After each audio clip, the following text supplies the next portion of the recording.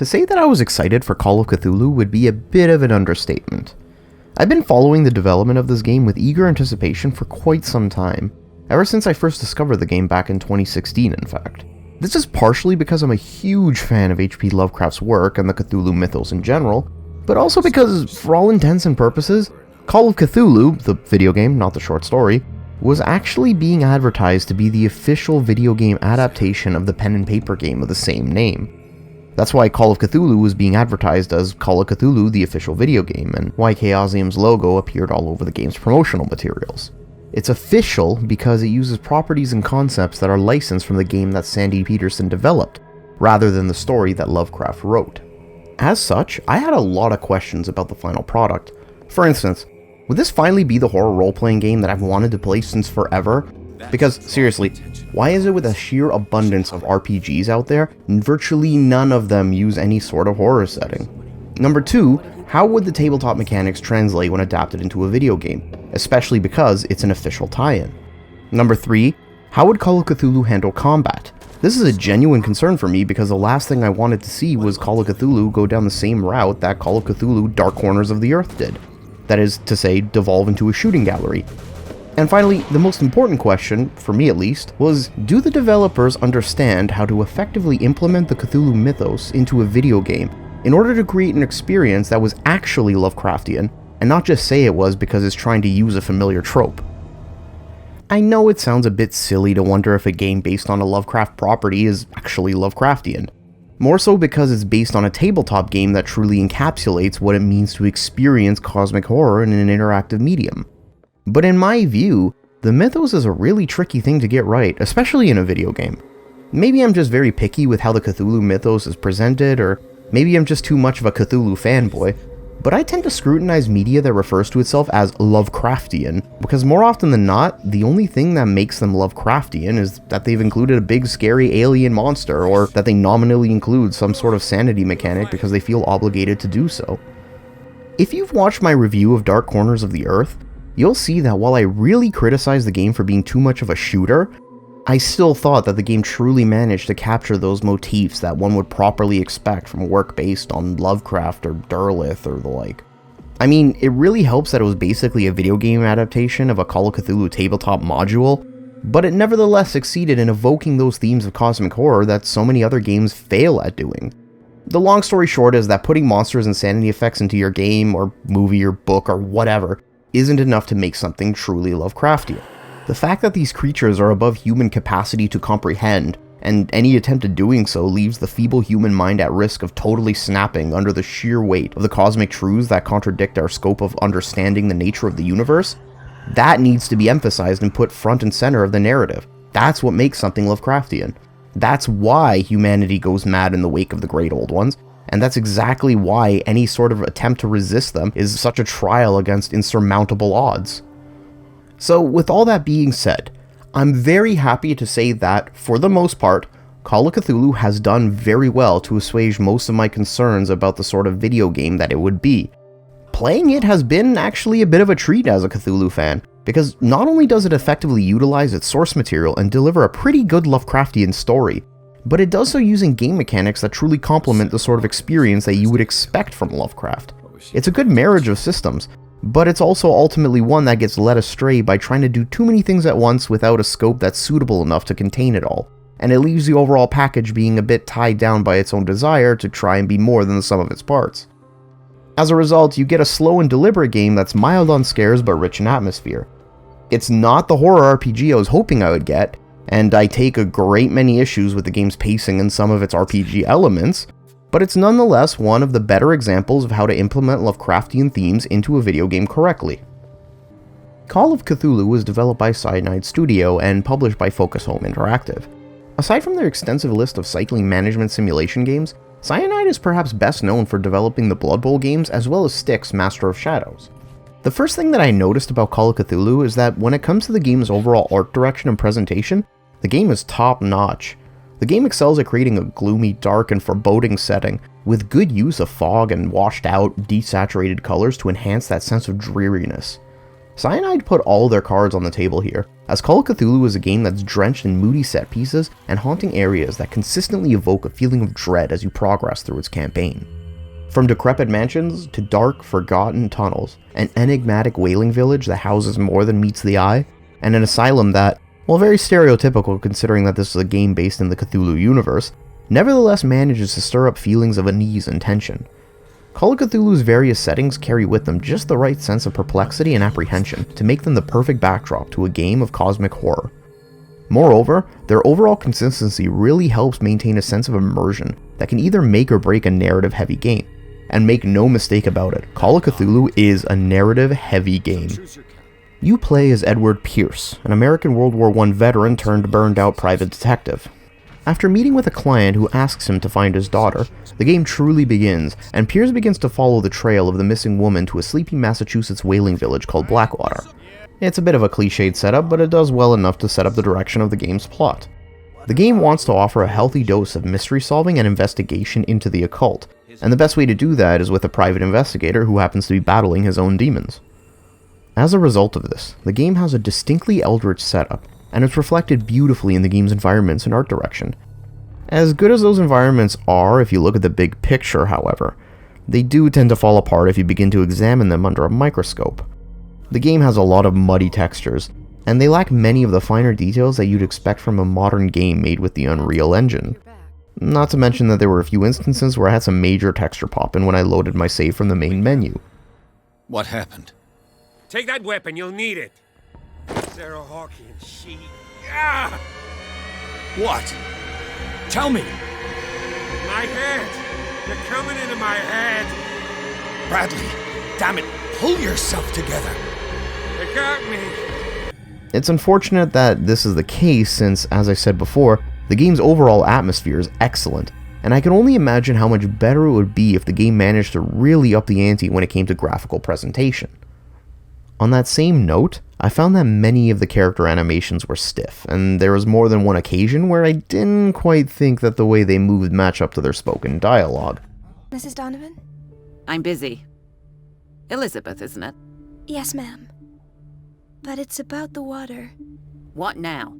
It's off. It's not my fault. It makes for a bit of an awkward viewing experience when watching conversations unfold with NPCs. Worst of all, however, is the game's audio mixing.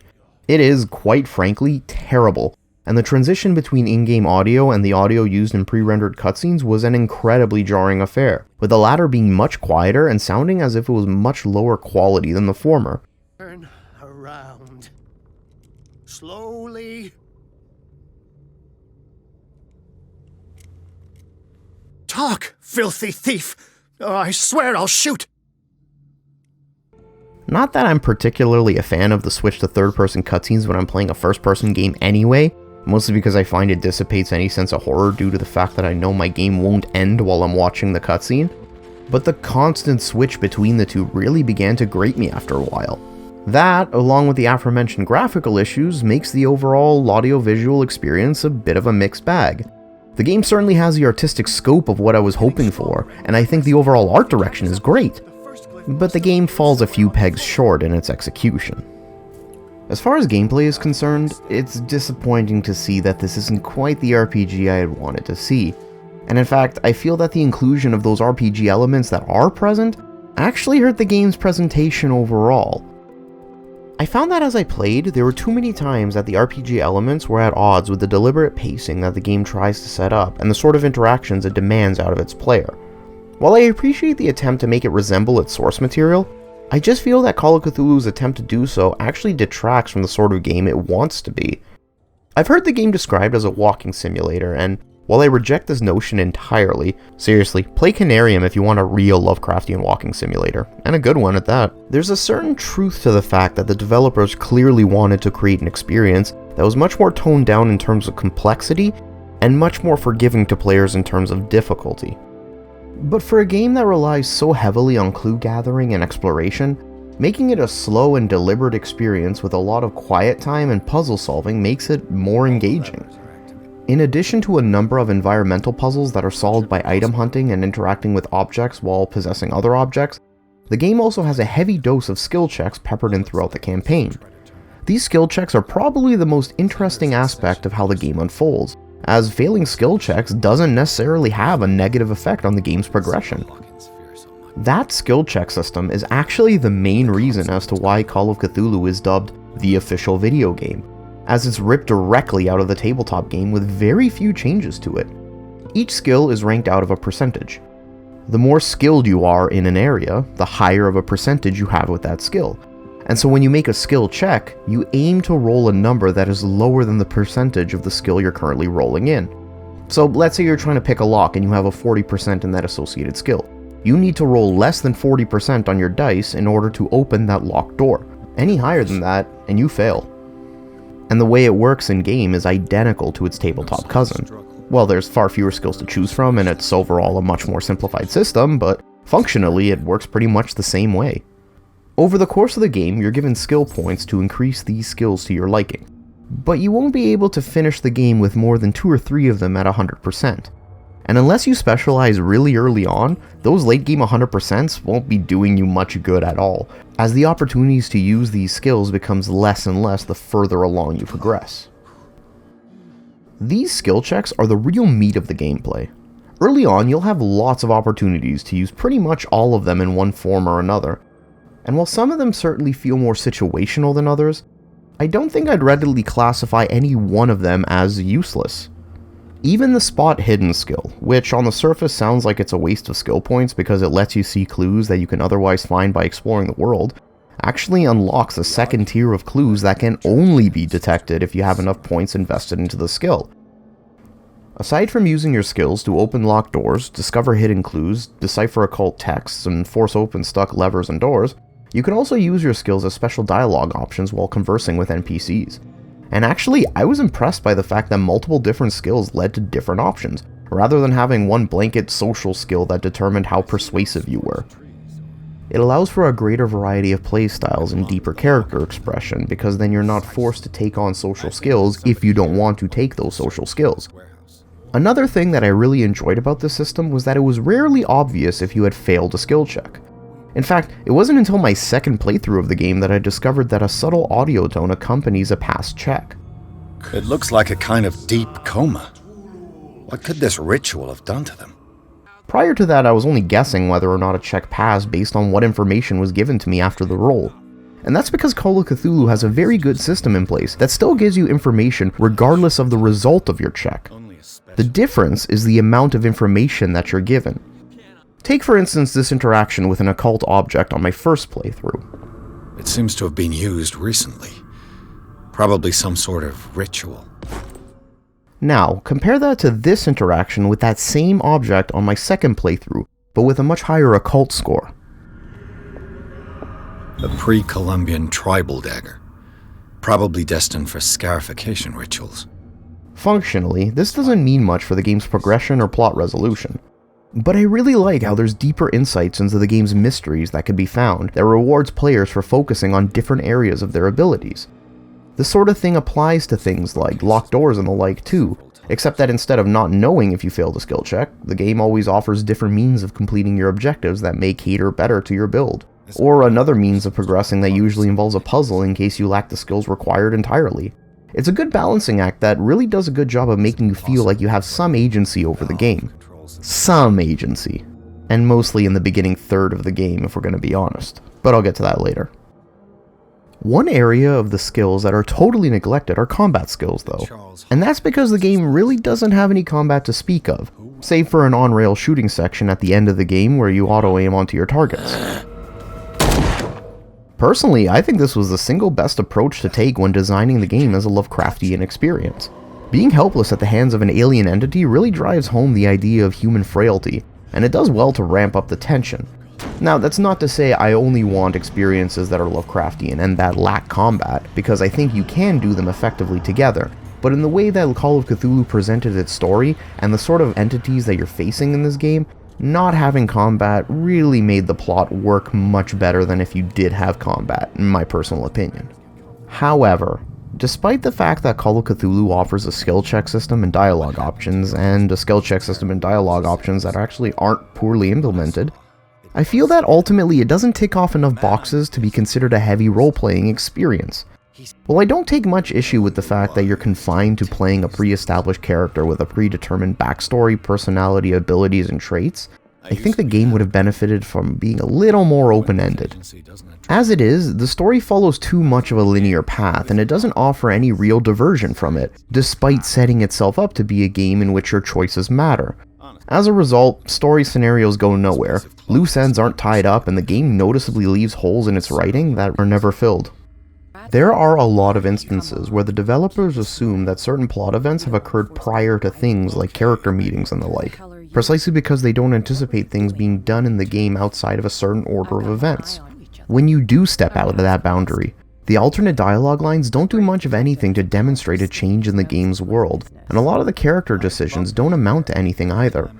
Occasionally, you're given a chance to let an NPC accompany you during certain chapters of the game, but accepting or rejecting their help makes no actual difference on the game's plot.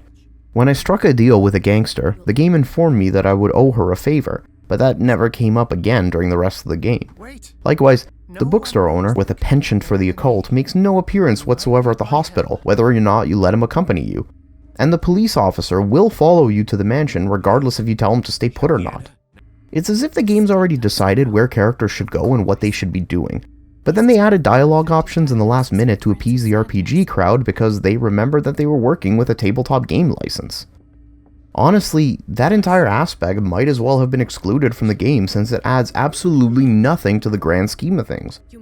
A story that is tightly written and linear from the get-go will always trump one that attempts to give players agency over it and fails by railroading them down a path anyways. And this is especially true given as to how the game's pacing noticeably takes a turn for the worst in its final acts. These sections towards the end of the game include a maze that just feels like a grind to traverse, as well as surreal dream sequences that are filled with monotonous guesswork required to find the correct path in order to progress. Likewise, there are several sections of the game where Pierce is able to insert himself into the minds of some other characters that you meet throughout the adventure. While this is perfectly in line with the Cthulhu mythos, I find that these sections don't quite add enough to the game's narrative or do enough to differentiate gameplay to make them a welcome addition. To me, it feels more like a creative convenience that allowed the developers to more easily fill in those narrative gaps left by introducing other protagonists halfway through the game, rather than finding a way to let Pierce discover these events on his own in some other fashion. It's a means of trying to tie up those loose ends in an uncompelling manner, which is made all the more glaring when you consider that Call of Cthulhu is a very short game. My first playthrough was about 7 or 8 hours long. This included a lot of stopping and searching for pretty much any bit of in-game lore I can get my hands on, and aimlessly wandering around that stupid maze in the hospital. By comparison, my second playthrough only took around 5. It just feels as if the game was trying far too hard to have its cake and eat it too. It wants to tell a tight story wherein it controls its own outcomes, but it also wants to allow player agency to influence those outcomes. What you end up getting is a front-loaded experience with a lot of good stuff that you want to see more of, only to have the rug pulled out from under you with a second half that, while not bad by any real stretch, certainly doesn't stand up to how well crafted those opening chapters were. And ultimately, that diminishes any replay value that the game has, even with its multiple endings and hidden clues. For me, this is easily the most disappointing aspect, because here, Call of Cthulhu could have been a truly special experience, but it simply becomes overwhelmed by its own scope and quickly tries to find a way to cleanly end its story just when it starts to really develop some of its more interesting plot hooks.